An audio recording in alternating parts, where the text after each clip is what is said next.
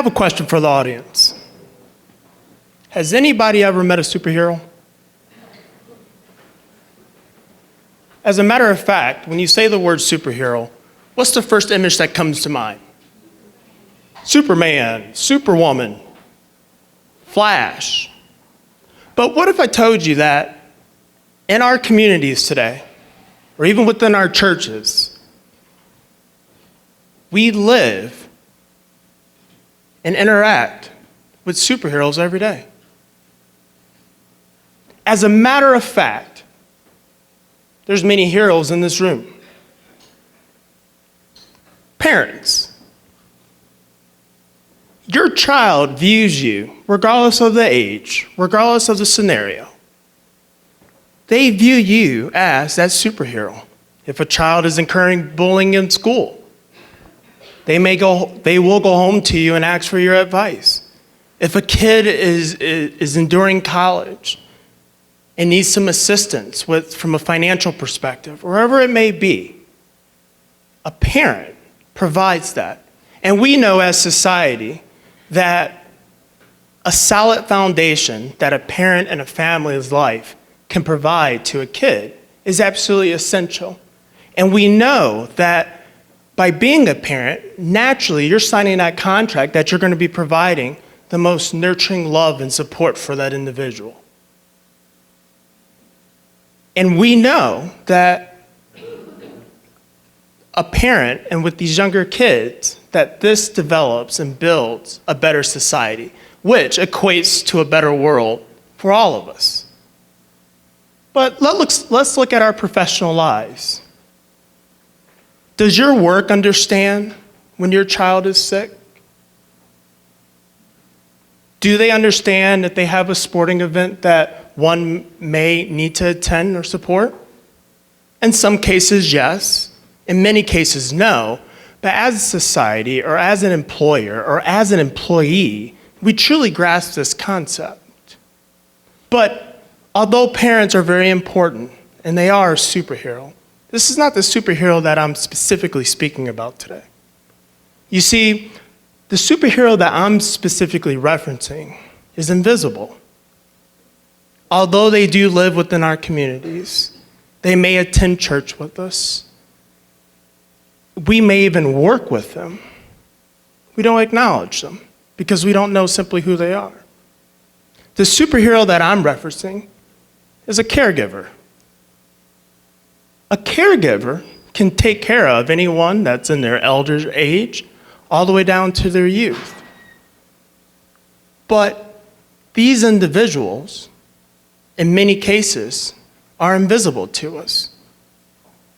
There's one specific caregiver that I want to focus on today. This caregiver has to do with something called Alzheimer's, and they have to provide for someone who is diagnosed with this disease. You see, Alzheimer's happens to be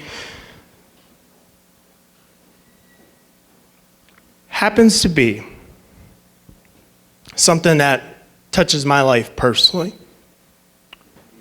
I myself am a caregiver.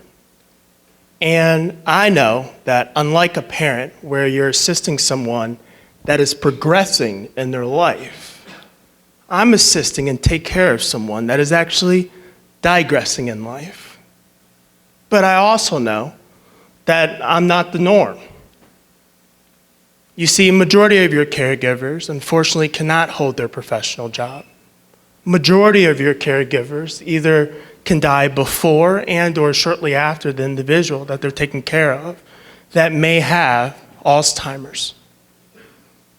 One of the most challenging pieces for me to be able to wrap my mind around is that with a disease such as Alzheimer's, it's taking the most precious part that make you and I, us, we as a community, people, Homo sapiens, however you want to define it, unique. But yet, when we truly think about it, what makes a difference, or what is the difference between someone that is elderly and someone that's young? Again, you're developing for a child who is further developing into our society to contribute, while you have someone that has Alzheimer's or dementia, and they're slowly digressing, right? But they had that experience of being once an adult.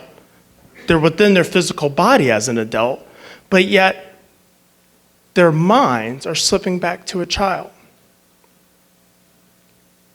What a lot of people don't realize is that this actually equates to real costs. I'm in a very unique perspective, which I'm in the business world. And in the business world, I understand numbers in detail. You see, there's over 43.5 million caregivers that provide unpaid care each year. And by the way, these numbers are all conservative. In 2015, there was a study ran, and it equates to $420 billion as far as an effect on our economy. Alzheimer's alone affects our economy $269 billion. And again, this number's growing. So what can we do? You hear in the media, you see it in the news, we may have a cure, or when it comes down to kids or anybody, we want to solve world hunger. Although these are very important to focus on, the big picture, the big ideas. While we're focusing on this, we're forgetting about the individuals that are truly providing that care on the local level. So, geared with this additional knowledge, what can I do as an individual? As a caregiver, one of the most beneficial things is just simple acknowledgement. Acknowledgement that I'm not alone. Because in a lot of my day-to-day operations, it's business, it's puppy communications with my puppy, and or it's 1950s to 1960s conversation with the person that I have a lot of respect for, an individual that I love, but that I know is not caught up to the day-to-day. A simple hug, a simple listening ear, and clear communications with your employer. A lot of times, as I'm visiting several different corporations, I simply just have the conversation of what would occur if your top talent was to come down with this deadly disease. Maybe they don't come down with this deadly disease. What if your top talent, or the middle, or any of your talent, had to actually become a caregiver? How would that affect your actual organization?